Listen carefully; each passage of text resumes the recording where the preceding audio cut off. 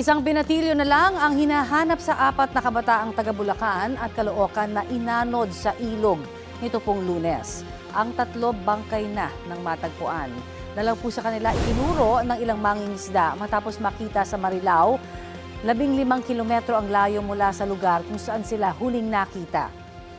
Kinilala ang dalawa na sina Ron Jean Justin Alceso at Ryzen Carl de los Reyes.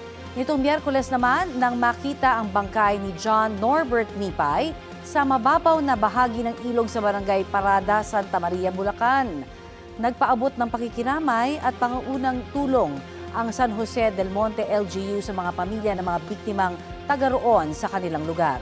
Patuloy ang paghahanap sa isa pa na si Mark Ivan Herona na taga Caloocan.